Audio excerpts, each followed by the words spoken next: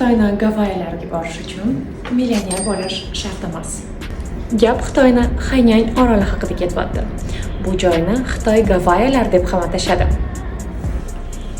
Oilangiz bilan kelishingiz uchun 4 ta eng qiziq lokatsiyalarni tayyorlab qo'ydim.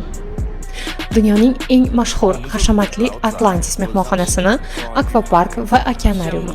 Bu gigant akvaparkni so'z bilan ta'riflash qiyin. Sezonga qarab, kirish narxi akvapark uchun 40-50 dollar, okeanarium uchun 25-30 dollar. Keyingi lokatsiya Maymunlar oroli. 2000 dan ortiq makaka maymunlari yashaydigan orol. Bu orolga eng uzun kanat yo'lida borsa bo'ladi. Bu ekskursiya unutilmas taassurotlarni beradi. Kanat yo'lda uchib, orolga kelish 20-25 dollarga tushadi. 3-o'rinda Romantik park. Xitoyning 10 ming yiliga bag'ishlangan park. Har xil interaktiv o'yinlar, noodatiy lokatsiyalar, qiziqarli animatorlar bilan uchrashuvlar. Juda diqqatga sazovor joy. Parkka kirish va kechki shou tomosha qilish narxi 40-45 dollar atrofida.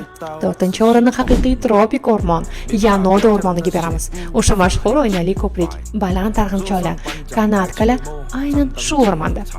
Bolalarga ham, kattalarga ham juda ham qiziq bo'ladigan o'rmon. Undan tashqari bu joyda dunyoning hech qaysi burchagida ko'rmagan daraxt va o'simliklarni ko'rasiz.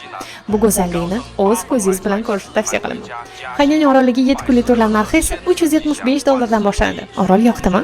Unda kommentariyalarda plyusinglarni kutaman.